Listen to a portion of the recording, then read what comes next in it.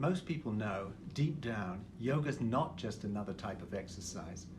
Apart from leaving participants feeling better, doctors often recommend it as good for stress relief, we can all use that, or back pain or some other injury.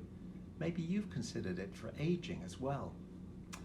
If you're one of those people who's thought a lot about doing yoga but hasn't got around to it, consider whether any of these 7 reasons and their workarounds might help you get started. Do you complain of lack of time? Many people feel that they don't have enough time to practice yoga, but even a few minutes a day of yoga can be beneficial. Consider incorporating yoga into your morning or evening routine, or doing a quick yoga session during your lunch break. A lot of people believe that they're not flexible enough and that it's important to be bendy even before you start a yoga practice. The truth is that other things like strength, mobility, balance, mindfulness, breath awareness, and many other factors are equally or more important than flexibility. 3. Do you feel self-conscious about practicing yoga, especially if you're new to it?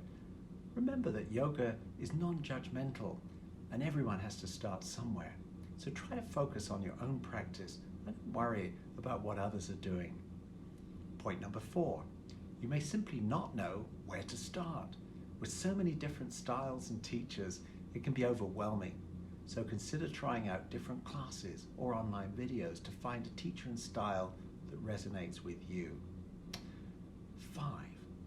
Maybe you have physical limitations, such as an injury or chronic pain.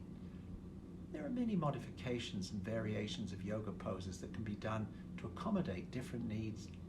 Consider working with a qualified yoga teacher, perhaps an Iyengar yoga teacher, who can help you find modifications that work for you.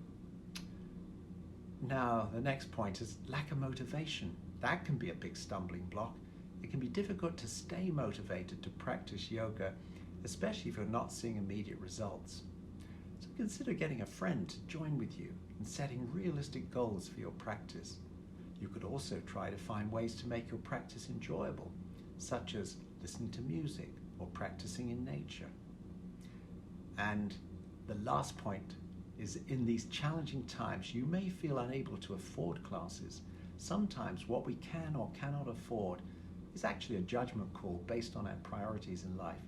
Remind yourself that yoga might be the most valuable addition to your goal of wellness.